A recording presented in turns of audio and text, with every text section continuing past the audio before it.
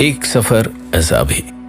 Airport पर check in करने के बाद हवाई जहाज में सवार होकर सीट पर बैठा एक अंगड़ाई ही ली और खिड़की से झांक कर देखा।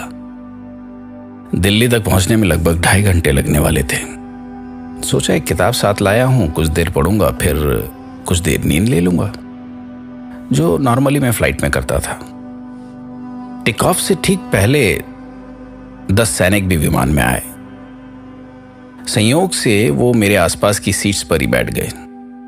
ऑलमोस्ट सभी सीटें भर चुकी थी और जैसा कि होता है कि मैंने पड़ोसी सैनिक से पूछ लिया कि कहाँ जा रहे हैं। आगरा सर, 2 हफ्ते की ट्रेनिंग है, वहां फिर हम ऑपरेशन के लिए भेजे जाएंगे, उन्होंने कहा।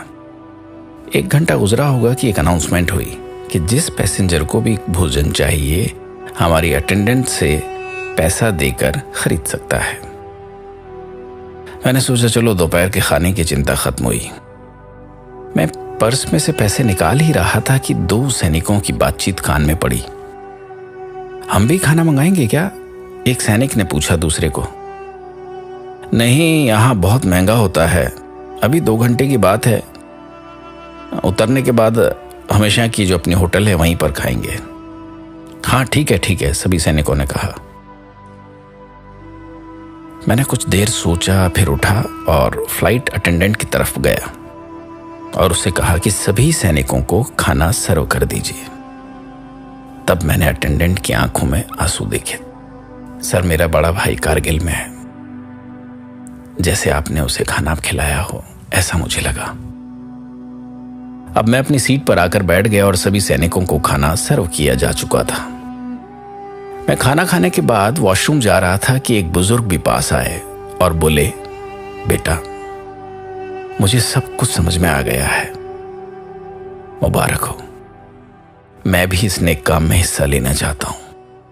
ये कहते हुए उन्होंने मुझसे हाथ मिलाया और हाथ में 500 के कुछ नोट्स थमा दिए और कहा, मुझे भी तुम्हारे साथ आनंद लेने दो।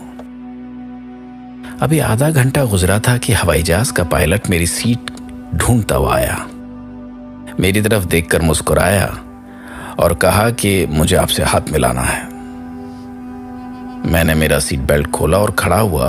उसने मेरा हाथ में हाथ लिया और कहा, मैं फाइटर पायलट था, तब आपके जैसे एक थे जिन्होंने मुझे भी खाना खिलाया था।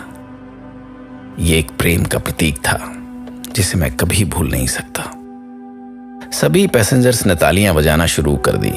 मैं थोड़ा संकुचा सा गया, हालांकि मैंने इन सब चीजों के लिए ये किया नहीं था। खैर, सफर खत्म हुआ, मैं खड़ा हुआ और दरवाजे की ओर बढ़ा। तभी एक युवा आया, मेरी पैंट की जेब में कुछ रखा और आगे बढ़ गया।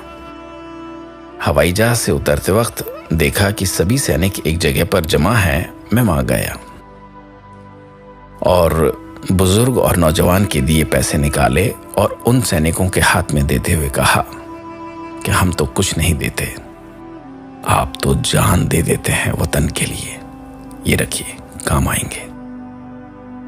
अपने आंसू छुपाता हुआ मैं भी वहां से निकल गया। दुआ करता रहा कि हमारी हिफाजत करने वालों की तू हिफाजत फरमाना। जय हिंद।